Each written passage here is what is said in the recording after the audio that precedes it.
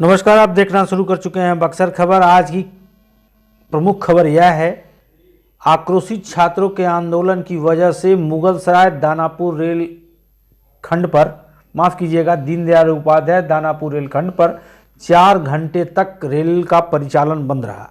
Up एवं down की सभी प्रमुख ट्रेनें दिन के 11:15 या 11:30 बजे के बाद कहिए हर स्टेशन पर खड़ी रही। यही स्थिति पटना से लेकर वाराणसी जंक्शन तक की थी। आप देख पा रहे हैं किस तरह से आक्रोशित छात्र स्टेशन की तरफ बढ़ रहे हैं। यह ठीक 11:30 बजे के लगभग स्टेशन पहुंच गए और रेलवे ट्रैक को जाम कर दिया। छात्रों का कहना था आने वाले दिनों में, लगभग 20 दिनों बाद रेलवे में ग्रुप डी की परीक्षा होनी है, जिसके लिए रेलवे मंत्रालय ने नया आदेश जारी कर दिया है। अब 2 पेपर में परीक्षा ली जाएगी, जबकि यह पूर्व के विज्ञापन का सीधा सीधा उल्लंघन है। हालांकि बीते दिन ऐसा प्रदर्शन राजधानी पटना एवं आरा में छात्र कर चुके हैं। इसको लेकर रेलवे प्रोटेक्शन फोर्स पहले से मुस्तैद थी, लेकिन आक्रोशित छात्रों को रोक पाना किसी के बस में नहीं था। हालांकि आरपीएफ के लोग माइक से इसकी घोषणा कर रहे थे। आप उस दृश्य को देखिए, फिर हम आगे का हाल आपको बताते हैं। सभी लोग शांत हो जाएं। सभी लोग देखिए, कल जो आप छात्रों ने आंदोलन किया है आरा में और राजेंद्र नगर में, आप सभी की जो बातें हैं वो प्रॉपर प्लेटफॉर्म पे हैं। आपका जो भी ग्रीवांस है उन पे ऊपर के जो हमारे ऑफिसर्स हैं वो भी डिस्कशन उस पे कर रहे हैं।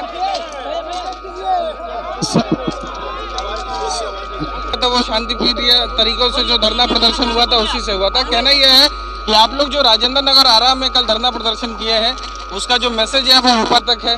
जो भी आपके ग्रीवांस है वो ऊपर पहुंच गया है।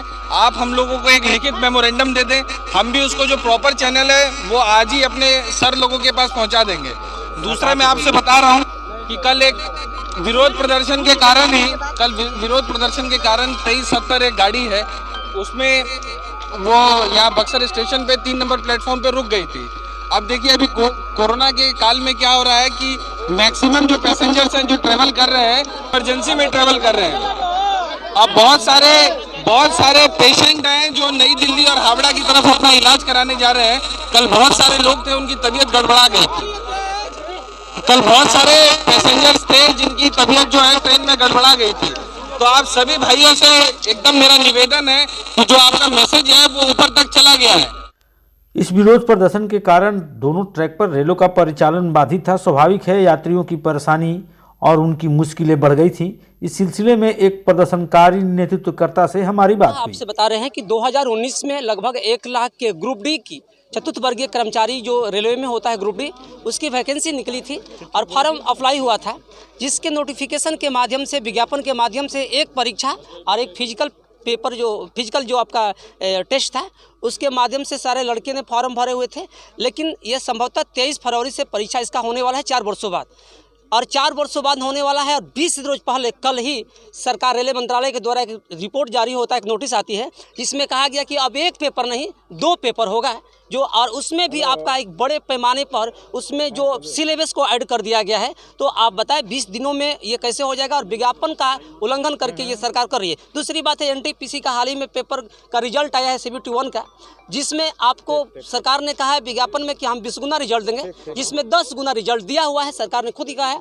और पर स्टूडेंट का, एक कैंडिडेट का एक रिजल्ट होना चाहिए। एक कैंडिडेट का कई कैटेगरी में आपका उसमें रिजल्ट दे दिया गया है, 4, 3, 5 दिया गया है। इसी को लेकर हम लोग शांतिपूर्वक सरकार के माध्यम से और रेलवे मंत्रालय को, बोर्ड को, सचिव को एक आवेदन के माध्यम से, रेफरेंडम के माध्यम से, सर के माध्यम से सभी साथियों ने एक विरोध जताया और स्वतंत्रता अधिकार के तहत अपनी मांगों को रखा कि ये आप तानाशाही रवैया है। 4 वर्षों से आप विज्ञापन में कुछ लिखे हुए, और जब 20 दिन परीक्षा हुआ तो बोल दिए कि आप एक और परीक्षा दीजिए। हो सकता है कल आप 10 दिन के बाद एक और नोटिस निकालेंगे जिसमें बोलेंगे एक और परीक्षा होगा, तो ये तो कह सकते हैं कि तानाशाही या मनमानी हो सकता है।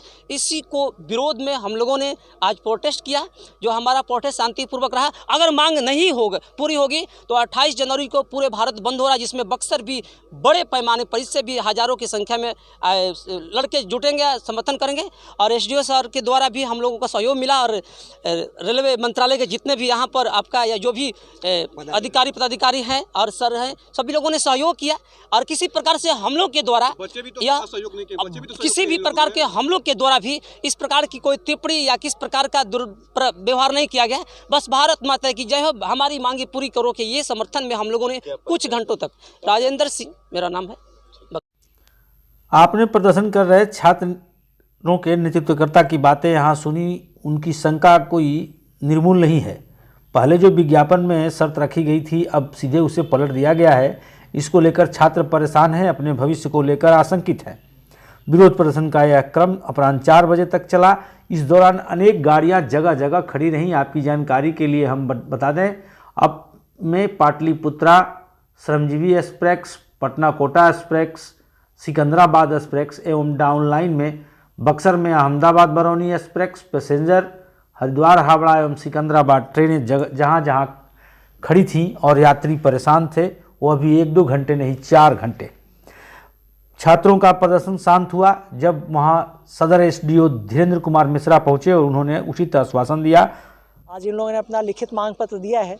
अब हम लोग इस प्रयास में हैं कि इनको जो उच्चतम मंच संभव हो प्रदान करें, जहां पे जो सक्षम पदाधिकारी हैं जो इस संबंध में कोई निर्णय ले सकते हैं, वहां ये बात अपनी प्रभावी तरीके से रख पाएँ। तो संभव है कि अभी हम लोग थोड़ी देर में इनको डीएम साहब के पास और उसके बाद स्टेशन मास्टर महोदय ने बात भी की है, संभवतः डीआरएम साहब के पास भी इनको हम लोग भेजेंगे ताकि वहाँ अपनी ये बात प्रभावी ढंग से पहुँचा पाएँ।